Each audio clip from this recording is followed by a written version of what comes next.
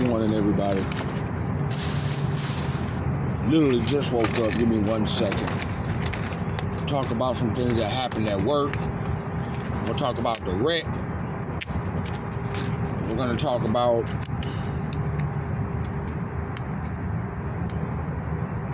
a couple of things. Number one,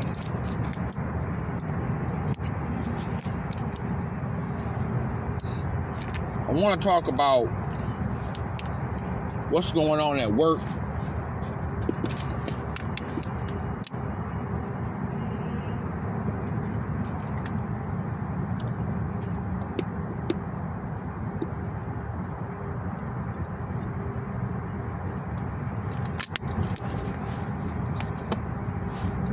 All right. Let's go to Walmart. Buy another chicken. Eat some more rice. Chicken and rice.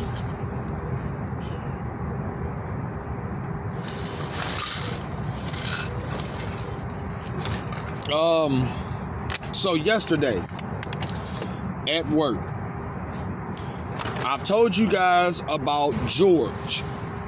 George is a 18, 19-year-old kid from Cameroon. Okay? This kid came here and was a regular employee. Well, like most Africans, he's being told behind the scenes, hey, you need to apply to be a manager. See, his plan was to leave and go to school. But he changed his mind. He said, I don't want to leave. I'm going to stay. So I hear things about him becoming an assistant manager because we really do need the help. We don't have everybody that we've always had being a manager. I told y'all from DeMonte to Brittany, all these different people, none of them stay for long because they have issues, you know? So George, he has now become an assistant manager. And being that now he's an assistant manager, he's already starting to turn out like so many of these scary ass Africans that are just, they become something just so sad to look at because they're afraid. It's almost like, I don't know, man. It's almost like they get into these positions and they just all of a sudden say like, well, you know, and I'm not telling nobody to bend or break rules for anybody. Case in point, he had told me at one point, he said, hey, Charles, she wants me to tell you you're using too much cheese. And I was like, then tell me I'm using too much cheese. Don't be afraid of me, bro. Just because we friends and I'm older than you and all of that, that don't mean that I'm exempt from the rules. Tell me, nigga, do your job, bro. I'm not trying to stop you from doing what you think you should do or what you know you're supposed to do. My nigga, tell me whatever it is. You know what I'm saying? So, she's been on this, like, this fucking ramp. She's been on this, we're using too much cheese stuff. And I know where the problem is coming from. It damn sure ain't me. So she does this thing where she walks around and she'll say stuff like, don't forget to use your scales. Don't forget to use your scales. You aren't using your scales. Guys aren't using your scales. And I keep telling y'all, everything this lady says, it doesn't bother me. There's really nothing she says that bothers me. She reminds me of just a lot of ladies I grew up with that would just bitch and complain, and you just don't even pay them attention. Like, don't respond. They're really just talking in general. They're not talking directly to you. You know what I'm saying? And so, she walks around and she says like, Y'all better be using y'all scales and all of this stuff. So now, what this has to do with George is he's becoming very corporatized. This is why I said, y'all, man, I have to get out of here. Yesterday, I'm sitting there. First of all, Caesar is just a messy little motherfucker. All day that when she was talking, like when she was saying, use your scales, the whole time she was doing that, here come this nigga Caesar just looking at me in the corner of his eye with this little smirk on his face. And I was like, dude, if you keep looking for me to react, I'm not gonna react. I have nothing to say. But see, he thinks that, once again, that I'm just somebody who likes to complain. The whole time she was, oh, y'all need to use your scales. Y'all need to use your scales. I'm gonna start doing that. Y'all need to use your scales. And he got his head down looking at me in the corner of his eye thinking I'm gonna say something. I'm like, dog, you don't get it, do you, dude? I'm not who you think I am, bro. I don't care about what she's talking about. I really don't. He's like, okay, Charles. Like, dude, you really do, like, see, you're the type of person that I'm talking about, my nigga. You really think I come up here ready to complain about any and everything? And look at your little messy ass. You ready to start doing your, it's okay, Charles. It's okay, Charles. Like, this nigga out of nowhere was like, hey, Charles, just remind yourself, bro, you got one more hour. Bro. Don't get pissed off. He just said that out of nowhere. I was like, what are you talking about, dude? I'm straight. I had a cluster headache, which I don't get them shits often, but I had a cluster headache at work. And that shit was bad. I had to take, 2, 4, 6, 8, 10, 12 pills. I had to take all them pills at one, like back to back because that shit wouldn't go away. But it finally went away. It got so bad, like I took so many pills, I didn't even work out last night. I just came straight home. And went to sleep because I was just way too drowsy. And that was another thing too. I quit smoking them cigarillos. I haven't bought physical weed, like flower and Rillos, in about 3-4 days. I still got cigarillos and a little bud on me now that I'm not smoking. Because it's something that this physical bud with these Rillos, man, that should be having me wake up in the middle of the night with these damn headaches. And I just be feeling like straight shit. Last night was some of the best sleep I've ever gotten, man. I'm telling y'all right now. Doing this whole homeless deal last night, that was some of the best sleep that I've gotten, man, in quite some time. That was the best sleep that I've gotten in quite some time, man. The same thing happened with my brother. He was like, man, we were supposed to do the piercing and shit, but you just fell asleep. I was like, dude, I am so grateful to be in this house with air conditioning. It's cold. See, I'm one of them niggas. I like the air. I like the, what's the name, on. I like the air on, like in the fan. Like, you can have the air on, but I prefer the fan to be on too. I need this, and I think that's it. So he told me, he's like, hey bro, I just been doing a lot of sleeping. But I told him, I was like, he was trying to figure it out for me. He was like, man, it's them damn this, it's them damn that. I'm like, dawg, you don't know what it is. Yeah, that's one thing about, that's why I don't like to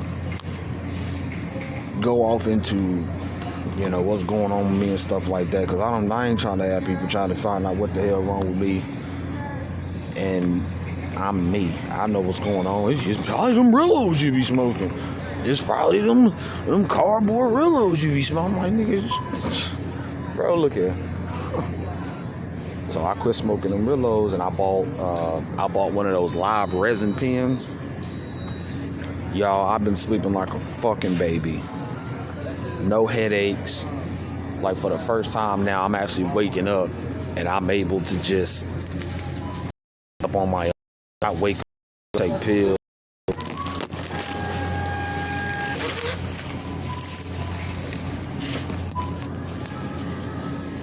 I ain't gotta wake up taking no damn pills. Morning, Miss Leah. Yes, ma'am. Did I get water? No. But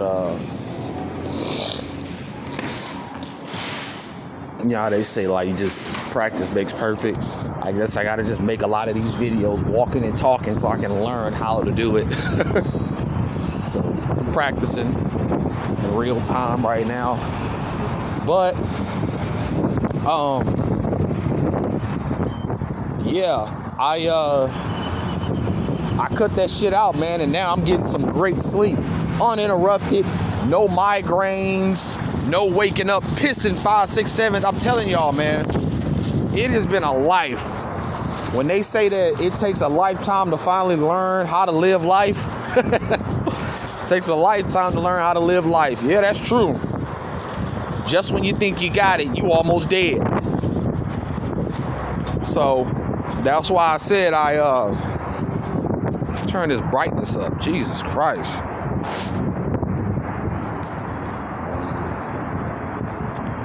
I can't see a damn thing.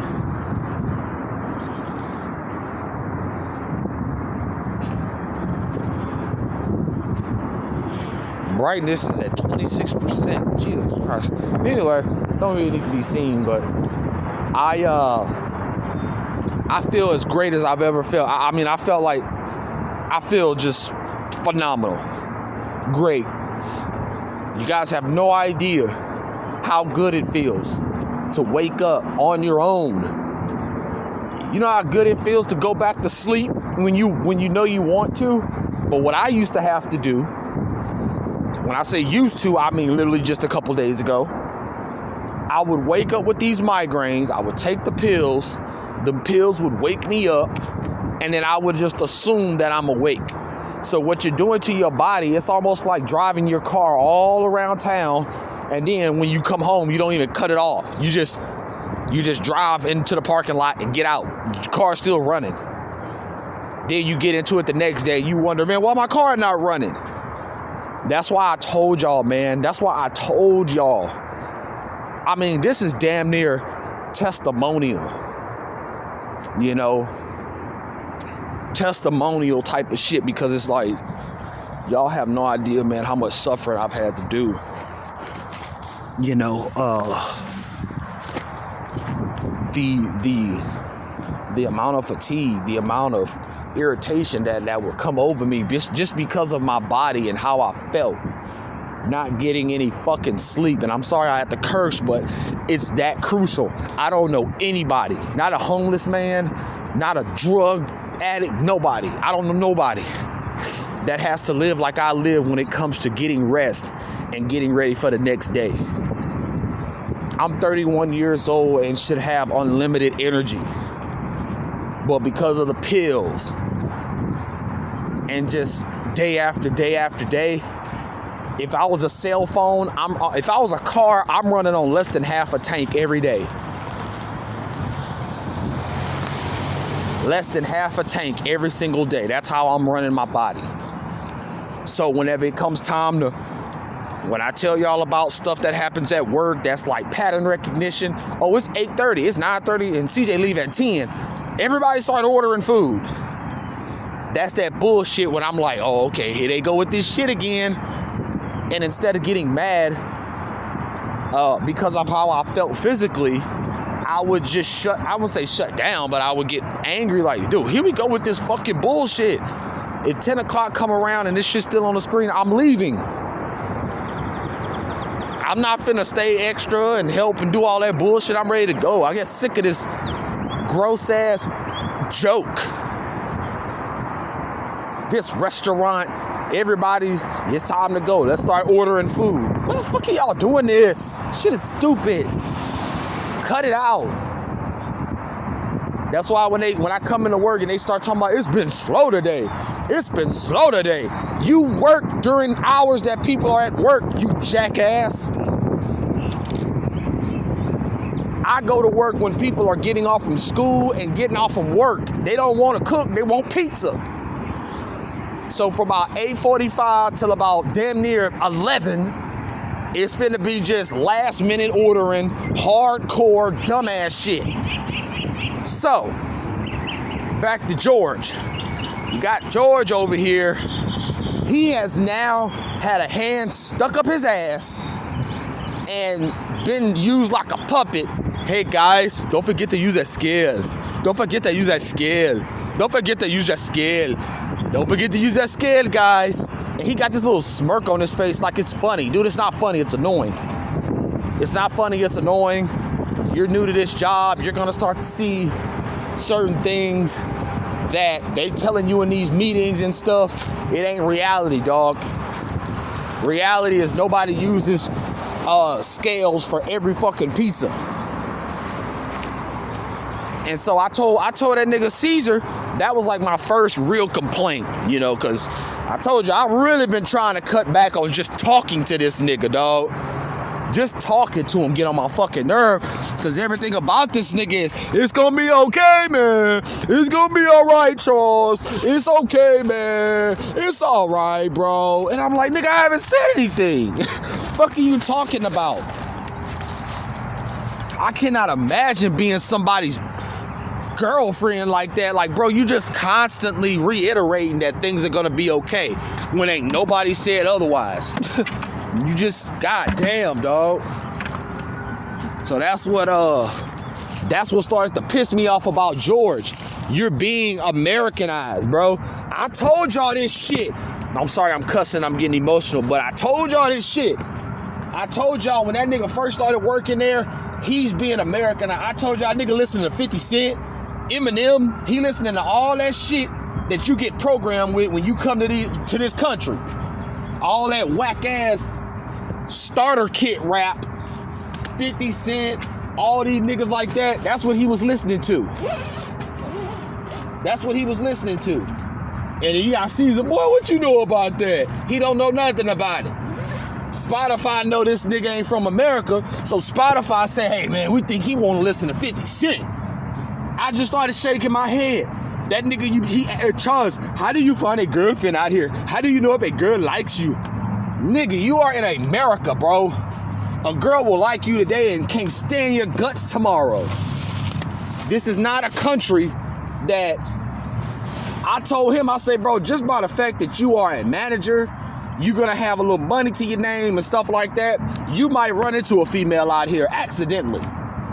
But as far as like going on a date and all of that, you came to the wrong country, my nigga. You came to the land of sex and honey. Not milk and honey, but sex and honey. People in America don't know how to love, how to take care of each other. You think you gonna come to America? Boy, please. You just came to the place to bust a nut. You ain't come to America to be a better man. But anyway, that's what's happening with George. George has become Americanized to the point where it's gross. He keeps doing this, use your skin. I told him, like, and I keep saying, like, bro, don't be afraid to tell me what to do. You know what I'm saying? Like, I don't care if I'm older than you, my nigga. I don't care if I'm in a lesser than position. Don't be scared to do your job, bro. If I'm doing something wrong, let me know. Even though I know I'm not doing nothing wrong. I just don't want you to think like, oh, I can't tell Charles something, because next thing you know, somebody's gonna want to have a meeting about, hey, Charles, when George asks you to do something, please do it. He's scared of you. He doesn't know if he can tell you to do something, and he doesn't know if you're gonna get mad or not. Shut the fuck up. So that's why I said, bro, go ahead and do your job. If I'm doing something wrong, you take that chance to come tell me something and say, hey, man, I hope he don't cuss me out. Because I told Caesar. I said, Caesar, now you see what I'm talking about? I said, Caesar, now I like the boy, right? Watch the boy, come in on his first day, and I'm watching him, I'm proud of him. I say, but I would hate to cuss him out, Caesar. And of course, Caesar, oh, no, man, no, don't do it, man. Don't do it. Don't do it. Because I told y'all, that nigga there, his dick get hard when he see me get mad. Or he see me just he see me just say something, that nigga get all excited. Oh, I get to tell Charles to calm down. It's like that nigga there like to poke the bear. He likes to poke the lion, poke the bear. And then when the bear get all buck wild on his ass, calm down, bear, calm down now. That nigga there, boy, he's something else. I told that nigga, I'm gonna record his ass one day so y'all can see his cadence, just his personality. How every goddamn 5 minutes this nigga reiterating, it's gonna be okay, y'all. It's gonna be okay, y'all. Everything gonna be good. I wish y'all could just hear that obnoxious ass nigga. So, like I said, I told George, I told Caesar, man, this nigga getting on my nerves, dog. With this, like he'll walk up behind you and he'll turn on the scale, make sure it's on. Again, you a new nigga. You new at this position. You the corporate stooge. You know, you didn't let these people completely mind fuck you. That's cool. Let me guess, I didn't get no rice. This is why I don't talk while I'm on the damn phone. This is why I don't talk when I'm on the damn phone. I completely forgot the rice. Completely forgot the rice. Ah, man. This is why I don't make videos when I walk out of this tent.